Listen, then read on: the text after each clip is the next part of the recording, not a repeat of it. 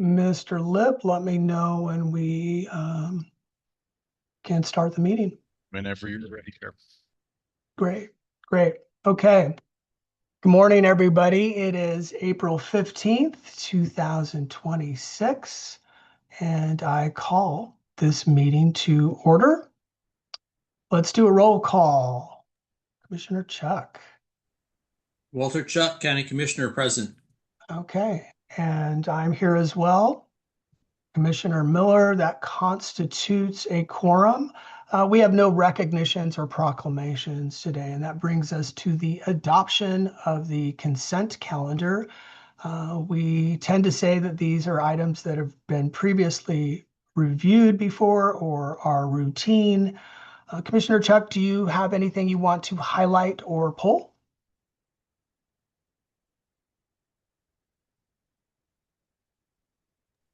I do not.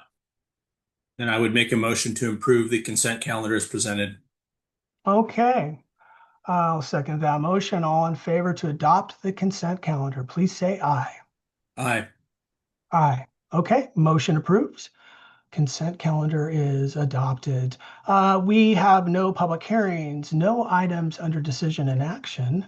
And that brings us to discussion and information. And it looks like we have an item here, Commissioner Position to Vacancy, and that will be presented by Council Yule. Take it away. Sure, I believe that she was having a little bit of difficulty getting logged on. Let me walk away from the office and see if I can find her. Okay, everyone, if you just joined us, we are in discussion and information under item A, position 2 vacancy. So just stay with us. It's beginning presented by Council Yule, and find her, and she may be having technical difficulty, so stand by, everyone.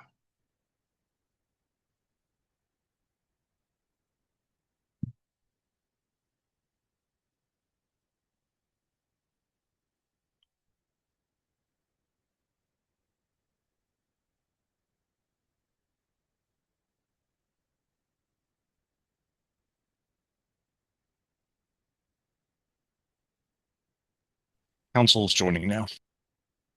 Very good. Thank you.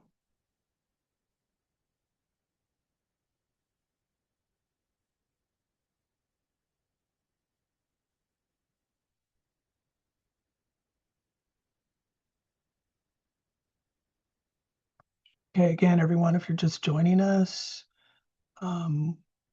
we are waiting for Council Yule, and we're going to discuss the commission vacancy for position 2.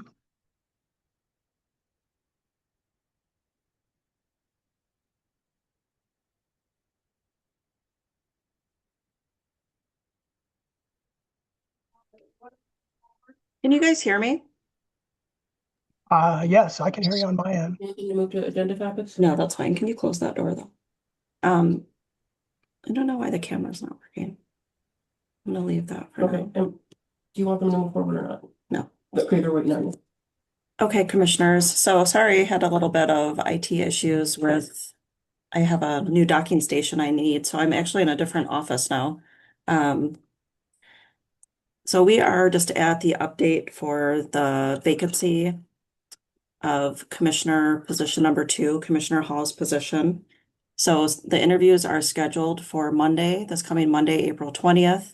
The format's going to be similar as it was last year when we had the vacancy from Commissioner Jacobson, where we will have the panel answer questions. It will be rotating amongst the different applicants, and commissioners will ask a series of questions, and it will be just kind of in the same format as it was the previous year. And then moving forward, we will schedule a discussion when you guys would like to have that to discuss the candidates. I think also last year we had the applicants submit a final statement summarizing why they would like to be considered for the position. And so we probably will also do the same thing and have them submit that statement as well. All right. Thank you, Council Yule. Commissioner Chuck, any questions? Thoughts? No, I look forward to doing the interviews on Monday, and I think we've got 4 good candidates. All right. All right. Very good. Well, I have no questions myself. So thank you, Council Yule. Let's move to agenda topics, item B under discussion. And Commissioner Chuck, take it away. I do not have any topics I wish to bring to the table right now. Okay. Yeah, I will be submitting requests that we work session or special meeting rather than bring it up in this forum at this time. So Commissioner Chuck, please stay on the outlook for those meetings coming your way. Okay, staff and partner reports, we have nothing there. And reports, commissioner reports, Commissioner Chuck. All right. Thank you for the time. I will start with the landfill tour that I took on with Grant Wilkins, members of the Thompson Sanitary Service, Amy and Rob, and Lexi Hall and crew from North Lincoln. We met with Commissioner Wilkins in town, and he drove us up to the offices for waste management there at the Columbia Ridge landfill. We were then given a tour of the facilities. Pretty impressive, much larger than Coffin Butte. 14,000 acres, I think, is the size. They take 2.4 to 2.6 million tons a year of solid waste, primarily from the Seattle-Tacoma area, but they also take it from other parts of the state and actually some waste from across the Pacific Ocean. The current life on that landfill is 100 to 120 years. Some notes on the landfill itself. They have 100% reclamation of the natural gas that is being produced from the landfill, and they are digging a pipeline 14 miles south, and they will be putting that natural gas back into the pipeline for people to use. They also have a hazardous material facility there and a plastic recovery facility run by a private company. And what they do is the byproducts of that plastic recovery is hydrogen and other byproducts. Most of the solid waste is taken up there by train. The Economic Development Alliance of Lincoln County. Basically, we had updates from all the members and a debrief on the Economic Summit. It was a big success. I attended it myself. It was a great chance for networking for small businesses and basically getting the right people in the room. They're looking to either expand and also how to improve the next summit for next year. Newport City Council, they gave a dam update. They asked me to come up and just give a quick overview. That was the day we interviewed candidates for the HHS director. I let them know that and briefed them on the county commons. The Regional Solid Waste Advisory Committee, we got an update on the Agate Beach landfill. We'll hopefully be able to get some settlement on there about whether or not we need to keep the pumps on. North Lincoln and Thompson and myself, we talked about our trip to Arlington. We wanted to make sure that we stressed the timeline for any movement of solid waste other than Coffin Butte is at least 5 to 7 years out, which is good. So it's not imminent, but it's time to figure it out now and to start exploring solutions. I'd worked with the Oregon's Fishermen's Cable Commission for years as an OPAC member and also as Port Commission. That was their yearly meeting. We got an update on the the users on the current cable landings and also some ones that are be going up in Washington. They're hoping to be able to get that information for their charts so they don't have any lost gear on underground cables. Unfortunately, there have been none landed in Oregon for the last 6 years. It could potentially be a big loss with the data centers that are being built, internet connectivity, and communications cables. I was a miss right on my ODFW and the fishermen's meeting. We were actually meeting with the Secretary of State, Tobias Reed. People in attendance were Newport Fishermen's Wives, Oregon Coast Crab Association, a member of the trawl fisheries, a member of the Hatfield Science Community, and then Paula from the port and myself. We talked about whale entanglement, current solutions, and how that might be brought to the commission, and reducing whale entanglement and crabbing gear. That's going to be very important in the next few years. We figure this out. Newport Fishermen's Wives and myself, we did an update on what's going on with the helicopter, and we also had OSU talk about safety programs. That was also part of the helicopter issue, and cold water survival. Trawl fisheries, their concerns were basically offshore wind, some DEQ regulations that are having a big impact on processors. The ability to process fish in Newport is currently being curtailed due to some DEQ regulations. That would be further curtailment would be a big impact on our local economy and also to our fishermen. The science gave us an update for continued support for NOAA, especially the surveys for the stock assessment and also tsunami warnings. Currently, NOAA is not getting enough funding for some of these things, and so tsunami warnings are very important to the coastal communities, as are our stock assessments. I gave an update on the helicopter and how we as a county can work with others to better support the fishing industry and processors, making sure that the Connect Oregon program, which is a grant program that can fund some of the projects at the port, remains well funded. Also update on the Pac Wave site and also offshore wind perspective. And as far as the Cascade West Area Commission on Transportation, we talked about the Connect Oregon grants, make sure that those applications get out, and that the ones that we do put out for our act, which is Lincoln, Lynn, and Benton County, get seen and also reviewed for possible promotion to the Oregon Transportation Committee. Ongoing personnel and funding issues at ODOT. We finalized our area priorities list and worked on the agenda for our next full board meeting. That's my update. All right. Thank you, Commissioner Chuck.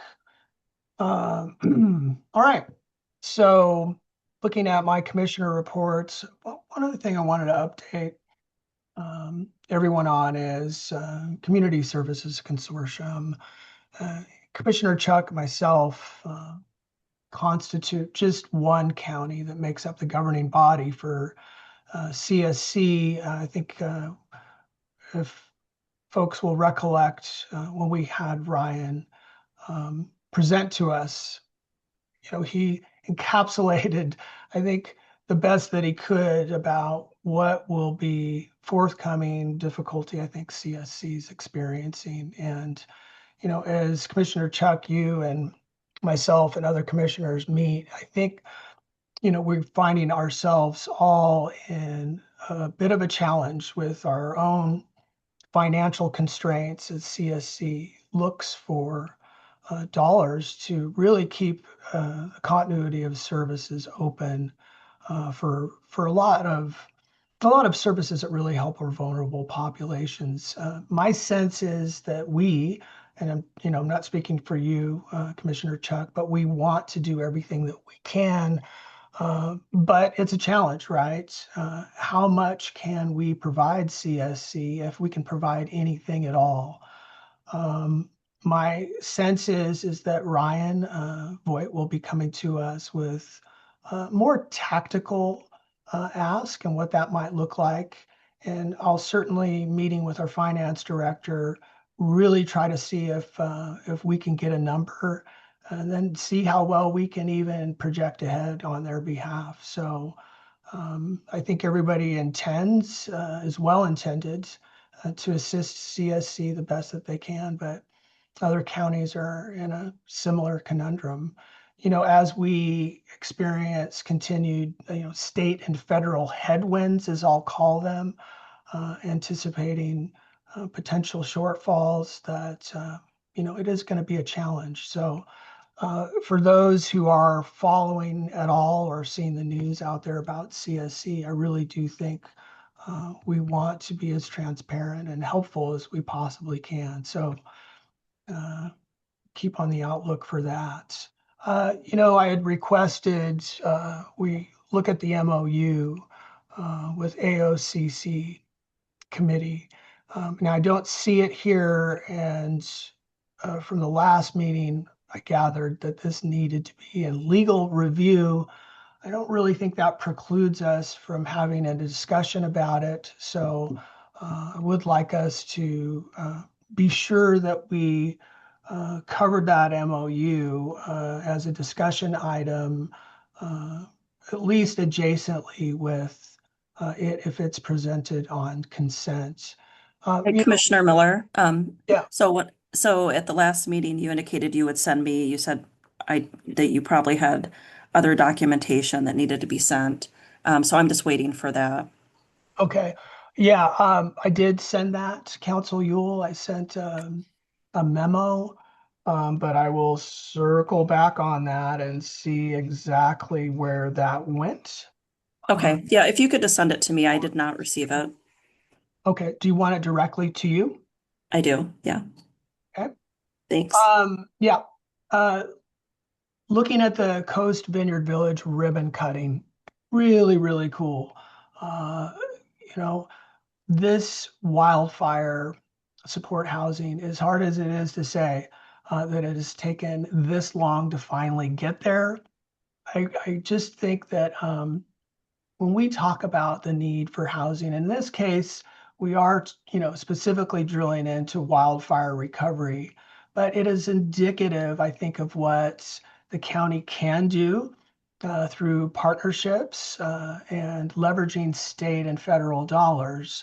Um, what I worry about when we see events like this is that it might create expectations that the county has agency within its personal profile to make big changes on housing. But if anything, this is an example of what happens when we can work together with partners. So Northwest Coastal Housing is doing some really impressive things, and this is just one example of it. So I encourage people to, take a look at these small houses. They're really, really impressive, really great structures, and really great living spaces. What is possible for housing? I mean, this is a great example of it. And, it's also indicative of how long recovery really takes. It's just a long process. So to that end, I think it's just really important that people do a few things. Make sure that you're doing your fire hardening. Make sure that you're creating that wildfire safe space, but also that, let's make sure we all have our go bags. I don't want to really, scare anybody too much, but man, you got to have your go bag. And we actually talked about that at the ribbon cutting that, sometimes these things happen. And so if we can avoid it, let's avoid it and be prepared when we have to go. But also take a look into the fire hardening, talk to your fire districts, reach out to our emergency management for ways that you can bring down those wildfire risks. And then the last thing I wanted to talk about was the CIS annual conference. Now, this is my second annual conference. Also, CIS provides a supervisor training, attended that last spring. And what has really been helpful to me is to learn more about a side of things that we don't talk about a whole lot, to certainly in the last couple of years. We haven't talked about it the way we used to, and that is really the benefits and the services provided to our workforce.